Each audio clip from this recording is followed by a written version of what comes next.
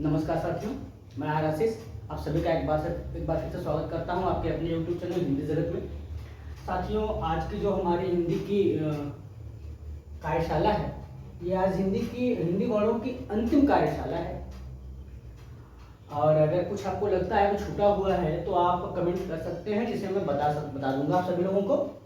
लेकिन जितना आप तक बातचीत किए हैं उस पर आपके हिंदी वर्णमाला से संबंधित जितने भी प्रश्न आते हैं लगभग आप उन सब का उत्तर दे पाएंगे। तो आज का जो हमारा शीर्षक है, वर्ण या ध्वनि के विशेष नाम। अब तक वर्णों के हम नाम, साधारण नाम, सामान्य नाम, गोषत्व के आधार पर, प्राण तत्व के आधार पर इत्यादि आधारों पर हमने वर्णों को क्या क्या कहा जाता है और क्यों कहा जाता है इसे जान लिया है। आज एक छोटा सा टॉपिक है, ये कुछ नाम है और वर्ण है, इन्हें ऐसा क्यों कहा जाता है, इस आधार पर हम थोड़ी चर्चा कर लेते हैं। ठीक है साथियों, तो वर्ण ध्वनि के विशेष नामों में पहला है लुंठित या प्रकंपित ध्वनि या वर्ण। हम ध्वनि भी कह सकते हैं, वर्ण भी कह सकते हैं, यहाँ कोई विशेष चीजें नहीं रखी गई हैं। ठीक है, लुंठित या प्रकंपित वर्ण। लुंठित शब्द का अर्थ होता है लुढ़कना और प्रकंपित का अर्थ होता है कांपते हुए। वे ध्वनियां या वे वर्ण जिनके उच्चारण करते समय जिह्वा लड़खड़ाती हुई अथवा कांपती हुई सी प्रतीत होती है, ऐसी ध्वनि को लुंठित या प्रकंपित ध्वनि कहते हैं। इसमें र आता है। क्या आता है साथियों? र आता है। इसे र को आप बोलते हैं र। इसे लगता है कि जिह्वा हमारी क्या करती है, वाइब्रेशन मोड में वाइब्रेट करती है, कंपन करती रहती है। ठीक है, अगला है पार्श्विक ध्वनि। वह ध्वनि जिसके उच्चारण में मुख से निकलने वाली वायु सामने से न निकले बल्कि जिह्वा के दोनों बगल से निकलती हो, उस ध्वनि को हम पार्श्व मतलब क्या होता है, बगल का। अब आप ल बोलिए और अपने होठों के बीच में अगर प्रयास करना हो कभी भी, तो बंद कमरे में एक मोमबत्ती जला लीजिएगा और उसे बिल्कुल अपने होठों के सामने रखिए, थोड़ा दूर रखिएगा, होठ न जल जाए, नहीं तो इसके बहुत से काम होते हैं भैया। तो ऐसे दूर पास रखिएगा और ल बोलिएगा, हवा दोनों बगल से निकल जाएगी। सामने अगर रखे हैं तो जो मोमबत्ती है वो जैसे आप फूंक मारेंगे तो सामने से वो पूरा बुझ सकती है या पूरा लग पाती है, ऐसा नहीं करेगी। ठीक है, तो पार्श्विक ध्वनि के अंतर्गत ल आता है। अगला है वतरस ध्वनि। ठीक है साथियों, तो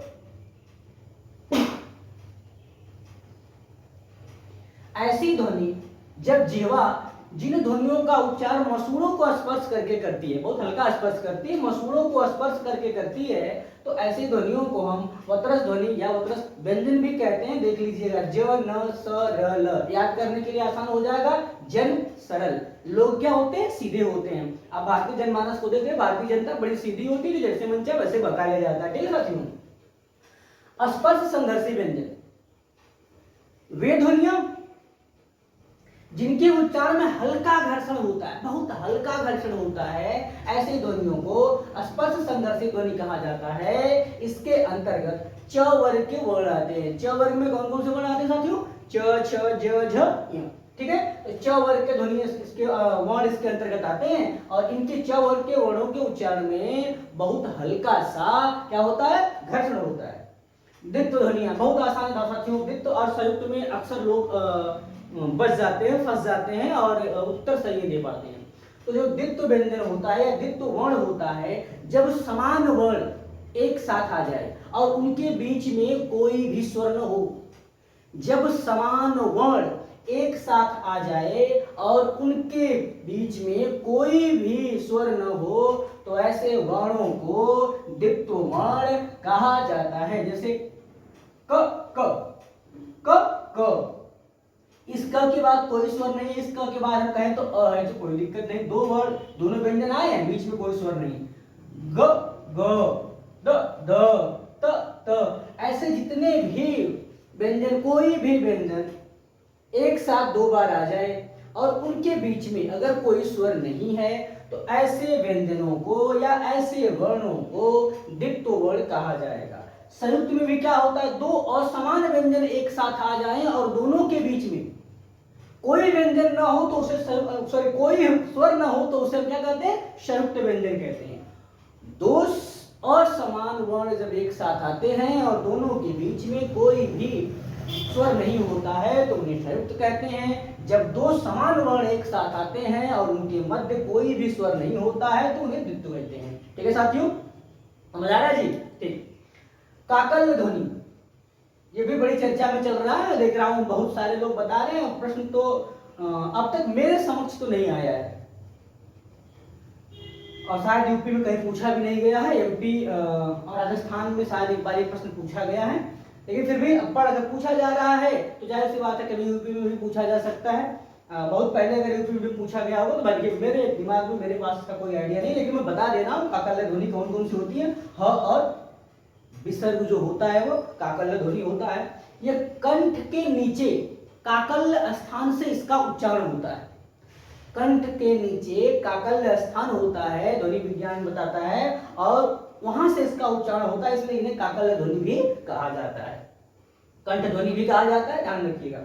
विकसित ध्वनि क्या है? ज्ञ स तक वर्णमाला के बाद जिन दो वर्णों को स्थान दिया गया है वो व्यंजनों को ड़ और ढ, ठीक है, ड़ और ढ, इन्हें विकसित किया गया, इन्हें विकास किया गया है, क्योंकि वर्ण बनाने में, शब्द बनाने में ये भी सहयोग करते हैं, तो इसलिए इन्हें विकसित ध्वनि कहा जाता है। अगला है आगत ध्वनि। आगत ध्वनि को कभी कभी पूछा जाता है विदेशी ध्वनियां कौन कौन सी? ठीक है साथियों, तो कुछ ध्वनियां हैं जो विदेशी हैं, वो वर्ण के रूप में भी और व्यंजन स्वर के रूप में भी और व्यंजन के रूप में। तो आगत ध्वनियों में कौन कौन से? आ, जो आप लिखते हैं ना कॉफी, तो उसमें ये आप जो होता है वो ये आगा प्रयोग होता है, को, हो, जो, फो, ठीक है। इनके नीचे नुक्ता लगा हुआ है साथियों, ये क्या है? ये भी विदेशी ध्वनियां हैं और ये हिंदी वर्णमाला में आई हुई हैं साथियों। और ये रहे वर्ण या ध्वनि के विशेष नाम। आशा करते हैं साथियों ये आपको आसानी से याद हो जाएगा और एग्जाम में आपके लिए अत्यंत उपयोगी होगा।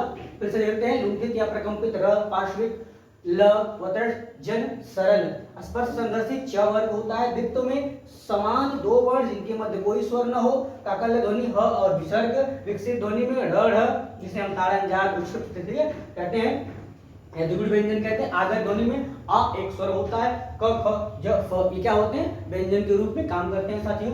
तो आज की कार्यशाला ये तो समाप्त होती है साथियों और वर्णमाला आपकी समाप्त हो चुकी है। अगर कहीं कुछ छूटा हो तो आप एक बार जरूर याद दिला दीजिएगा, कमेंट कर दीजिएगा, मैं वो टॉपिक आपको बता दूंगा। और पूरी की पूरी वर्णमाला की जो वीडियो है आपके पास 7 या 8 भागों में है, आप आसानी से इसे देख करके समझ सकते हैं। अब मैं इस पर आपको आगे की कार्यशाला जो होगी वो प्रश्नोत्तर की होगी। लगभग डेली मैं आपको 10 प्रश्नोत्तर इस पे दूंगा और उन प्रश्नोत्तरों के उत्तर ही बताऊंगा और क्यों वही उत्तर है इस पर बात करेंगे साथियों। तो नमस्कार, धन्यवाद, जय हिंद।